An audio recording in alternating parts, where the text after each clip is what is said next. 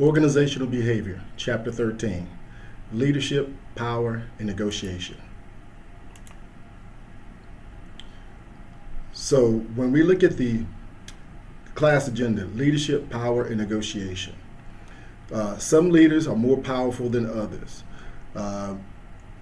Why are some leaders more powerful than others? And when you look at that, you look at a couple of things. They acquire power, how to use power, and you have power, influence, and action, negotiations. How important are power, influence? So alternative dispute resolution. So when we look at this, we're talking about basically what makes some people good and what some people not as leaders. Here we have our integrative model that we've had, we have in each chapter we've discussed earlier.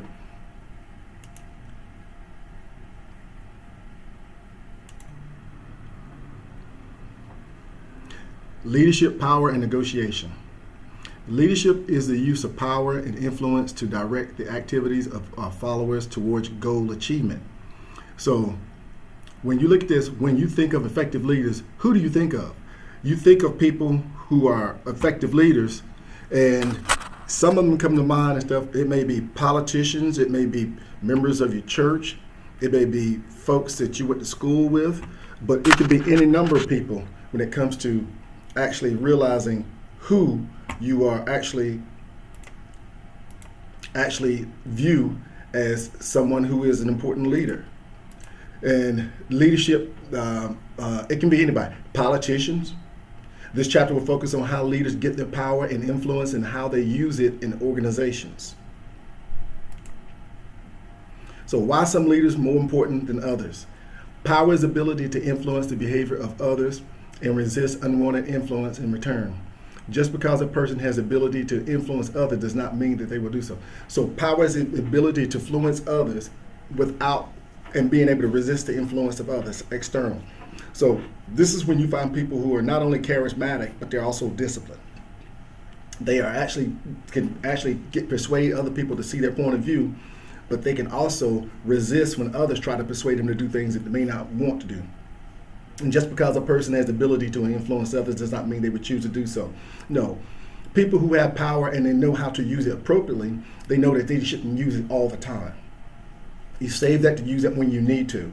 Power can be seen as the ability to resist the influence attempts of others, voicing a dissenting opinion, refusing to perform a specific behavior, organizing an opposition group of co-workers. So power is also seen as leading, but it also can be someone who says, you know what, I don't like this, and I'm not going to go with this. And they use their power to say, I'm going to resist this, and and usually they can get other people to follow them when they do that. Acquiring power. Organizational power derives from a person's position within an organization. So this is power with somebody that gets because they have a position. So oftentimes you refer to as legitimate power is based upon the position, the authority of that position. So power is a position you have, but the legitimate power is the authority that comes with that position. A reward power is based on the control of resources or benefits. So you have the position where you or someone else can actually reward people for certain behavior. Coercive power is based upon the ability to punish. Usually you think in terms of management. Personal power derives from the individual. And this is I think is a very important power. This is one where someone thinks they're important, feels they're important, they act important, and guess what? Sometimes people will view them as important. Expert power is based on the expertise, skill, and knowledge. So this is when you have someone, they may not be the manager, but they may be the subject matter expert. So even the manager, they know more than the manager does about a particular topic and stuff. So in essence, this person has an expert power that even a manager can't override if they don't have that level of subject matter expertise. Reverent power exists when others have a desire to identify and be associated with a person. So if you think of reverent power, I'm going to give you some great examples of reverent power. Preachers, ministers, priests, rabbi. People have a desire to be associated with a person, and sometimes even politicians. So we look at the types of power. Organizational power, we have legitimate power, reward, coercive. Personal power, expert, and reverent power. When you bring those together, that's the ability to influence others. Now, these are some companies that we all are familiar with when you look at the names of these companies. These are Fortune, top Fortune companies and stuff. I don't know if they're, when you look at it, but look at the names of they're all individuals, they're all women who are in these CEO and executive positions and within these organizations who play political roles, a legitimate power. Also notice, look at their ages. With the exception of one, they're all in their 50s and 60s, which tells you in order for someone to get to this level, and particularly females, what age you would have to not only not have life experience, but also work experience and have been able to travel up the ranks. With the exception of number 9, Corey Berry of Best Buy, who's 45, everybody else is in their 50s and 60s.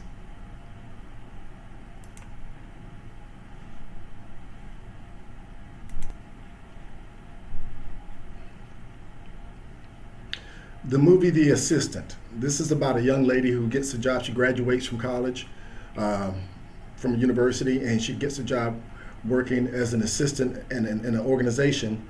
And when she gets there, she ends up working for a boss who's very coercive and kind of mean. And when she decides to complain on him, she goes to HR, and the HR guy basically tells her, look, I've got 400 people applications on file right now for your job alone and stuff. Basically, you need to stop complaining and be grateful that you're here.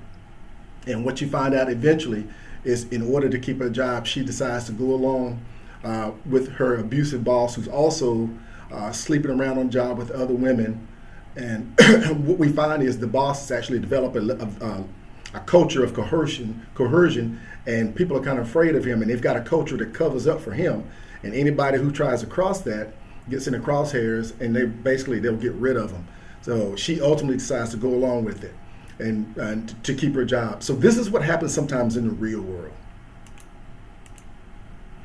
So expert power, here we have a survey you can take. 1 strongly disagree, 5 strongly agree, and average score is 14, and see how well you do. Same for reverent power. Average score is 12. Guidelines for using power. So when we think of guidelines for using power, legitimate, reward, coercive, expert, reverent. Legitimate, we'll talk about a few of these.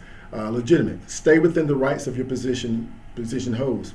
So, and communicate your request politely. Make sure you describe the purpose of your request. So it's no misunderstanding when you talk about legitimate power and how you use it and what you do. We look at coercive. This is warn people prior to giving punishment. Make sure punishment is fair and relative to the nature of the lack of compliance. Follow through quickly without discrimination on basis.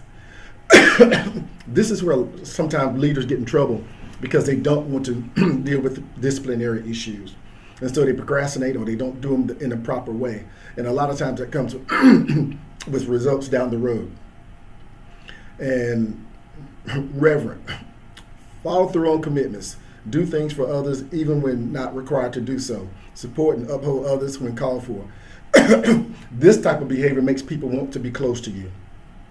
I found that a lot of good leaders possess this skill set. And you can go and read it on the others on your own. Contingency factors. Substitutability, having alternatives in assessing resources. So this is basically, the way this reads, I know it's kind of funky, but let me explain to you what I mean. That means realistically, you're the manager, but they can also go to other people. Discretion, having the right to make decisions on your own. Vitally important. If you're in a key position and you need to make decisions, and but you have no discretion, to give you an example, if you need to make timely decisions, but you can't do it because you have to get approval for somebody else, that's ultimately an inefficient way to do business.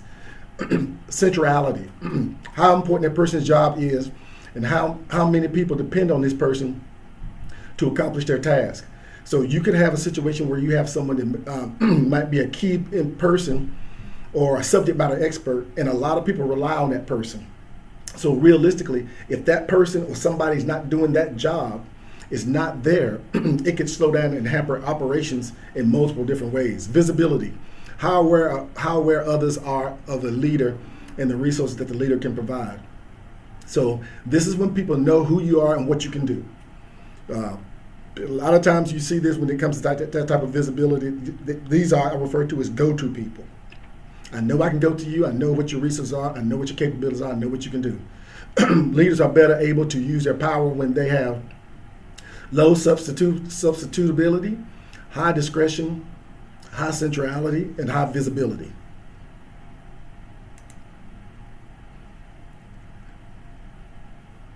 Leaders' ability to influence others increases when there are no substitutes for the rewards or resources the leaders control. So realistically, when the leader controls something, everybody knows who to go to. There's not substitutes that people can go to go around this leader or to other people. Centrality, the leader's role is important and interdependent with others within the organization. So the leader's role is important, but he's connected to other people also, so they're interdependent. And so that means ultimately what happens is people are almost forced to have to work together because of the interdependent. Discretion, the leaders had the freedom to make their own decisions without being restrained by organizational rules. So discretion, when you have legitimate authority and you're doing something, by virtue of what the rules are, the rules allow you to do things and allow you to be able to make things happen in your job. Visibility, others know about the leader and resources. So visibility, this is when people know who you are, know what you can do, and what you can provide.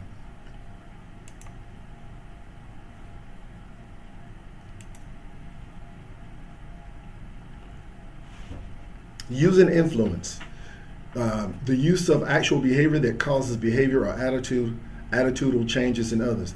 Most frequently occurs downward. Managers influencing their employees, direct reports. That is actually the most common way. Can also be lateral, where people influence their peers, and can be upward. I refer to this as managing up, when you're actually using your influence on your manager or somebody who outranks you.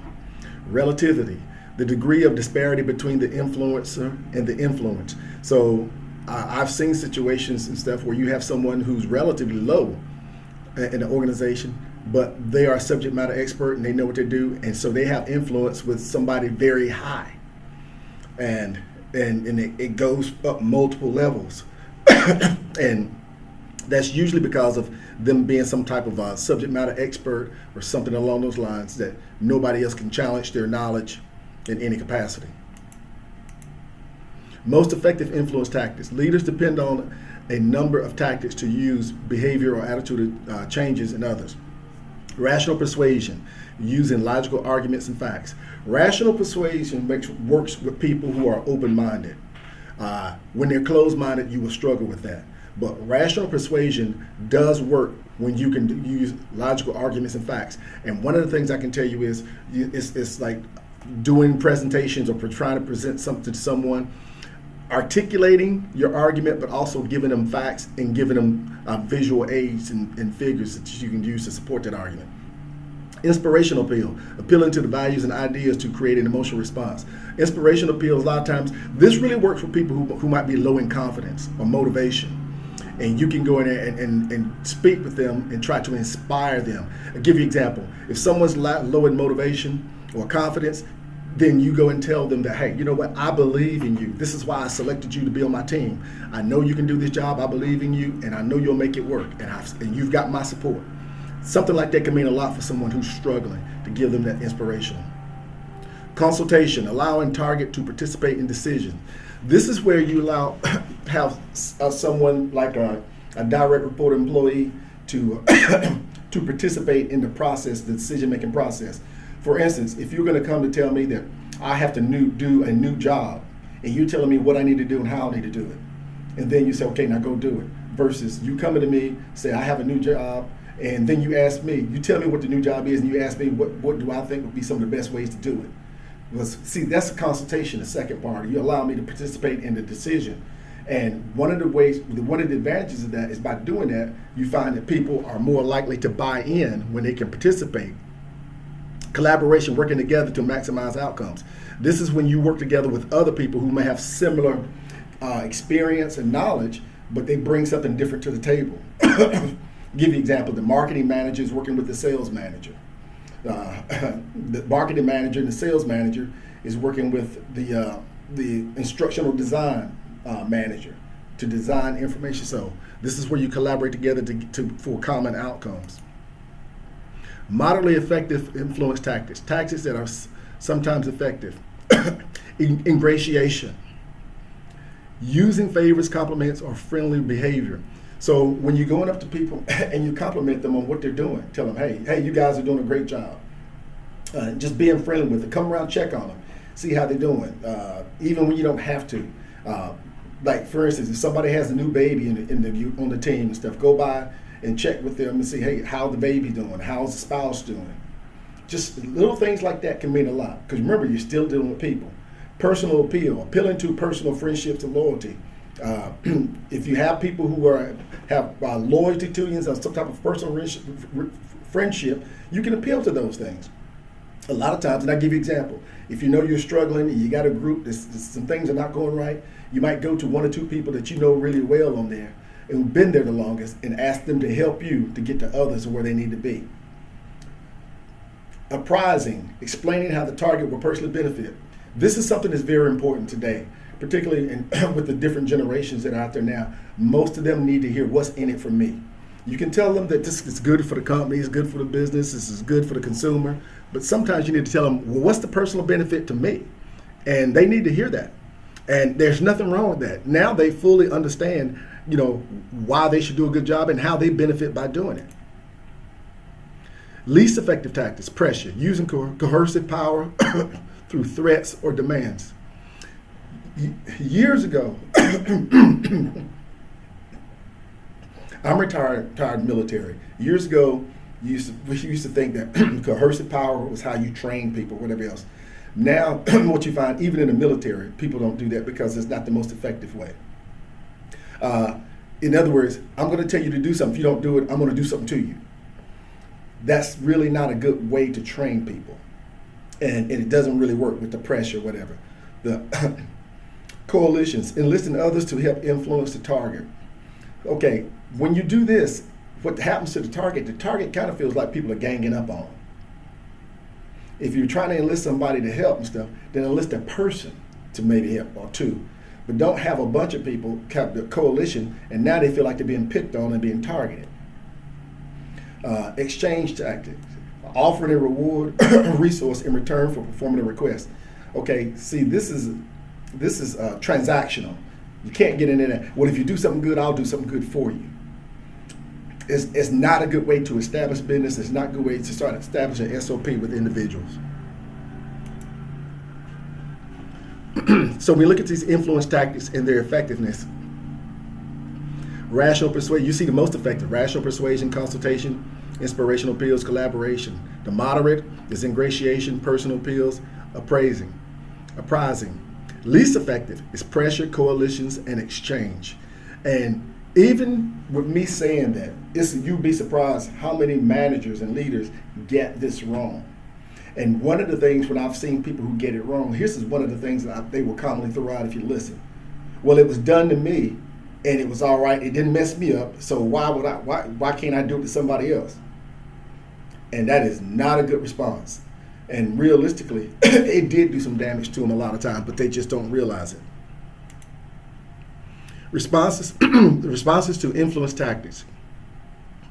People have three possible responses to influence tactics: internalization, compliance, and resistance. So let's look at the internalization. Internalization is when you have both behavior and attitude shift towards your agreement. So this is when somebody says, okay, I see what you're saying, I agree with it, and I'm going to go ahead and make a change as a result of that, because it makes sense. Compliance is when you have a behavior shift in agreement, but attitude does not. For instance, I hear what you're saying, I'm going to do it, but I don't agree with it.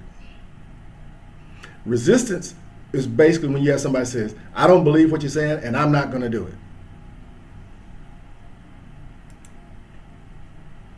And so, as you can see here, here's looking at the internalization, compliance, and resistance. Most effective, least effective. Power and influence in action. Leaders can use their power and influence in a number of ways, including navigating the political environment in the organization, resolving conflicts within the organization. So leaders can use their power and influence. If you get into an organization, usually the bigger they are, the more likely you are to encounter politics and bureaucracy. So leaders can use their power and influence and find ways to navigate around this stuff or through it. But what they do is they don't let it get them bogged down. And they're also pretty good good leaders are pretty good at not getting caught up in the politics. Once you get caught up into the politics, that now means you've taken a side. Once you've taken a side, now you have you're a member of that team. Then you have a us and them going on. The good leaders won't do that. They don't side with either in politics, and they don't get caught up with either side, or when it comes to that, or take sides. And this is ultimately how they continue to be able to get things done when others cannot. Resolving conflicts within the organization. So they can also use this to resolve conflicts within the organization. Let's use the example I gave earlier. When you have people who have little cliques, my side, us, and them. Well, good leaders can come in and sit down with these folks and get them to understand there's not a us and them, but there's a we. And we have to get this thing done. And you have to be able to communicate with folks in a manner and stuff that they view you as being fair and impartial. Organizational politics. So let's talk a little bit more about this. So we're talking about actions by individuals that are directed towards the goal of furthering own self-interest. This is why organizational politics are not good. They're usually self-serving to an individual or group of people. Political skill, understanding others at work and using that knowledge to influence others in ways that enhance personal and organizational objectives. So when you got that political skill, you can use that to get people to do things that you feel like you want or need, or someone else. Networking ability. Is it an adaptness at identifying and developing contacts? So I call it being resourceful. When I see good leaders, they're very resourceful. So they do have networks, and they can add people to their networks that some people cannot add by virtue because they're different types of people. But they understand the importance of getting things done. How do you get things done? You get things done through people. Networking. Social astuteness. This is a tendency to observe others and accurately interpret their behavior. This right here is very important because we live in a global society now. This can sometimes be done, can actually be done wrong. And not through malicious intent. It's just the fact you don't know. For instance, if you have a group of people working for you, and let's just say that they have a different culture and a different religion than you do, and they have some things that they like to do and tendencies or whatever else, and you don't fully understand those when you see them or observe them, and what you see is one thing, they see is something totally different. And so we're seeing more and more of this now, where people are bringing in folks who have different cultures, different ethnicities, different races from different countries, speak different languages. Sometimes social astuteness can be done wrong because people, what they think, or their perception and what they see is not really what it is. Interpersonal influence involves having a personal style that's flexible enough to adapt to different situations. These people they're like water, they're fluid. They can take the shape of whatever it is they need to. They can, and give you example. And this could be someone who, this could be a female who's working with a group of blue collar white males, and she's their boss and stuff. But she's so savvy with her interpersonal skills and influence, they don't even recognize her they don't even have any issues with her being a woman, because they respect her because she can relate to them. She talks to them and she leads them, and she's been able to navigate that. So, her gender was not even an issue. Apparent sincerity involves appearing to others to have high levels of honesty and genuineness. So sincerity, when you look at that, I tell people that's hard to fake. Some people may be fooled by it, but most people won't, and they can tell when you are sincere about something, about them, about what you say, whatever else. And I'll tell you something else that goes on with that too. a lot of times those are associated with trust. There's a certain level of trust associated with them. So here's a political skill assessment you can take on your own. 1, strongly disagree. 5, disagree. Strongly agree. Average score is 23. Negative effects of organizational politics. So this is why people try to keep politics down within their organizations. You have lower job satisfactions because realistically, if you have a group of people who have the power, then that means you have a group of people who don't. And low job satisfaction, you'll find a lot of times is associated with that. So you have the haves and the have-nots. Increased strain. So there's increased strain on people because they feel the pressure sometimes because they're not part of the political elite or the in crowd or the in group or the boss's favorite. Lower job performance. A lot of times people will have lower job performance because they feel like, you know what, you expect lower of me. You treat me like a second-class citizen. So I'm not really motivated to want to be able to be a superstar and have great job performance. Increased turnover. These people will ultimately find at some point in time, if it gets too bad, the office politics, organization politics, then you start getting attrition. People start leaving. Lower organizational commitment. It's hard for people to commit to an organization when they don't like the corporate or structure or culture or the politics of it. Because it basically creates a realm in which it exists for untrust, mistrust. So nobody's going to commit to something that they don't trust. So when we look at this, we see these characteristics, personal characteristics. You look at the organizational politics, you look at the negative. And I'll let you read through those on your own.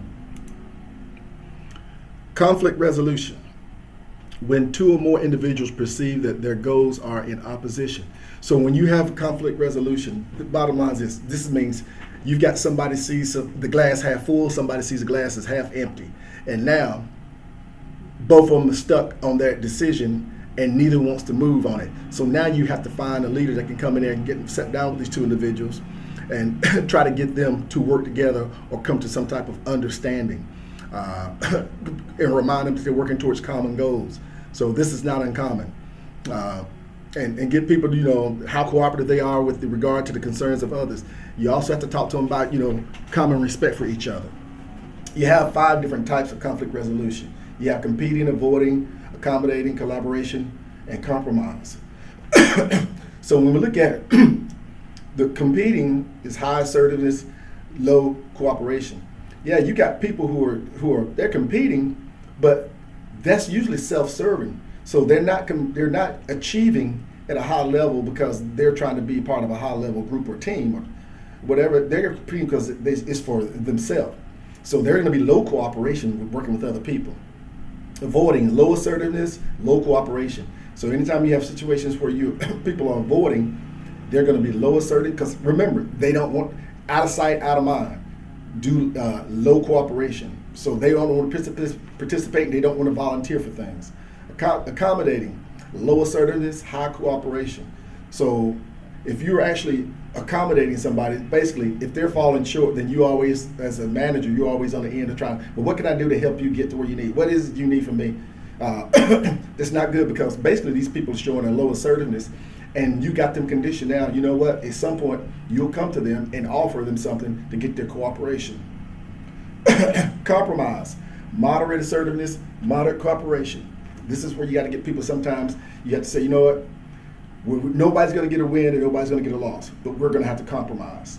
And that's sometimes definitely better than nothing in losing. But the most important one is collaboration, high assertiveness and high cooperation. This is where people take initiative, they stepping up, they taking ownership and accountability, and they're willing to work together to try to achieve common goals.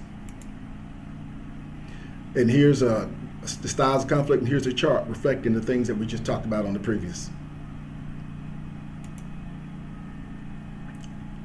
When to use various conflict resolution styles. So look at competing. We'll talk about a few from each one of these. Competing. A quick decision is really important. When you believe you are right and other solutions are wrong and there is no middle ground. When someone will try to leverage your unwillingness to compete against you. So you can see why that's kind of counterproductive. Avoidance, if the issue is not as important as others from a timing perspective. So I'm basically going to push that off. Collaboration, when both parties have legitimate concerns and compromise won't solve the problem. This is where we say, you know what, we agree not to, you won't lose and I won't win. Accommodating, if you arrive at the conclusion that your choice or solution is wrong or that an alternative is better. Again, so as a leader, owner of a business and stuff, you want to make sure that you're not always finding yourself accommodating people, because now that means realistically they're actually dictating and controlling you. Compromising is when a strong approach isn't worth the damage it might cause. So both parties are committed to either their choices and they are equally powerful. So this is where you're butting heads. But the collaboration is when you bring them all together and basically, you know, we agree to get things done. Negotiations, a process in which two or more independent individuals discuss and attempt to come to an agreement about their different preferences. Negotiation strategies includes distributed bargaining, win-lose style with flip pie, zero-sum, integrative bargaining, win-win style. So bottom line, when you look at negotiation styles, when you talk about distributive bargaining, okay, this is kind of like, okay, we're going to go into it, but somebody's going to win and somebody's going to lose. Integrative bargaining is, let's come out of this with a win-win style, utilizing mutual respect and solving the problem. Obviously, you see which one is the one that you would want to go with. Regardless of strategy used, negotiation typically goes through a series of stages. So look at these stages. Preparation. You got both parties have to prepare and get their compelling case and evidence together. Then you have to have exchanging of information and ideas going back and forth. Each party makes a case for their position, trying to persuade the other side to see their point of view. Bargaining, both parties must likely make some concessions. In negotiations, this is one of the reasons why we say in the United States we don't negotiate with terrorists. Reason being is, this is how terrorists negotiate. If we have 10 points that we disagree on with terrorists, and we negotiate and we agree on 7 of those, we as Americans will view that as a win, as a compromise. Terrorists would view it as a loss because they see 3 things that they didn't get.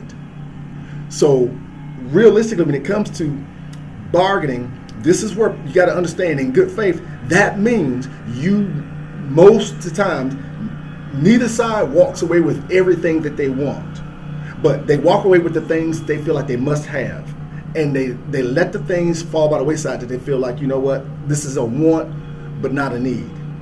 Closing and commitment. The agreement is formalized. This is when both sides come together and say, this is how we're going to proceed. This is what we're willing to do. This is what I'm willing to accept. This is what you're willing to accept. These are the things we're willing to let go. Negotiation biases. Perceived power relationship between the parties is an important factor. When negotiators perceive themselves as having more power than the other, they tend to demand more and concede less. So what we're saying here is this. It's hard to negotiate from a position of weakness. If you have a position of weakness and someone else has a position of perceived power, we're already at an impasse before we get started. That's going to be difficult because one person's going to be very demanding because they feel like they have the upper hand. When negotiators perceive themselves as relatively equal in power, they're a more integrative approach. The negotiator emotions, both positive and negative, can negatively affect negotiation success. Positive emotions may lead to agreeing too quickly. Negative emotions may lower judgment accuracy. So realistically, we want to take emotions out of this altogether. For even if they're good emotions or negative emotions, we want to take them out and we want to stick to the facts and be rational. Why some leaders are more powerful than others? Again, just looking at it, you see they're able to bring in the organizational power, their personal power, influence tactics, and bring them together to for the equation here in the chart, and that's ultimately what makes them better. How important are power and influence? Power and influence are moderately correlated with job performance and organizational commitment. Effective use of power and influence. Create internalization. Okay, basically what that means where people are actually accepting what you say and willing to go along with it. Increase citizenship behavior. Bottom line is to get people on board. People see it as something that is a community type endeavor, a group endeavor, and I'm willing to fall in line. Decrease counterproductive behavior. When you have power and influence, you can get people, you can decrease counterproductive behavior because ultimately you're trying to get them to buy in. And not only that, but others will get them to buy in too as well. Increase the motivation level of employees. Like I said, you remember when I said sometimes you have people who may have low confidence or whatever else. Find ways to inspire and motivate these individuals and let them know that you believe and you support them and you know that they can do the job. Increase job satisfaction. When you put these things together, you have an increased job satisfaction. Now, here's a couple of things that happen. You have people less likely to call in sick, absenteeism, less likely people coming in late, and less likely people lollygagging on the job and not doing what they're supposed to do because they have a high level of job satisfaction. The effects of power and influence on performance and commitment. So when we look at this, we see power and influence. We see it represents a moderate correlation to job performance. Power and influence has a moderate to organizational commitment as well.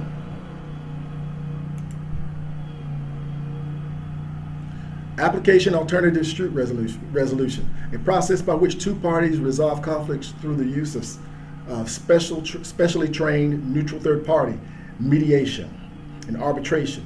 These are things that you find when people say, you know what, we can't agree on something. So what we're going to do is we're going to bring in a third party to settle this, and whatever that third party comes up with is what we will abide by. And both sides will agree to that. So that's your mediation. Arbitration occurs when the third party determines there's a binding settlement to dispute. Traditionally, mediation is used first and then arbitration. If parties are unable to come to an agreement, some research suggests flipping the order may lead to a better result. My experience has been most of the time when people go through this process, mediation and arbitration, they usually come up with something that works. Again, everybody's not going to walk out fat and happy, but they will walk out saying, you know what, I can live with this decision.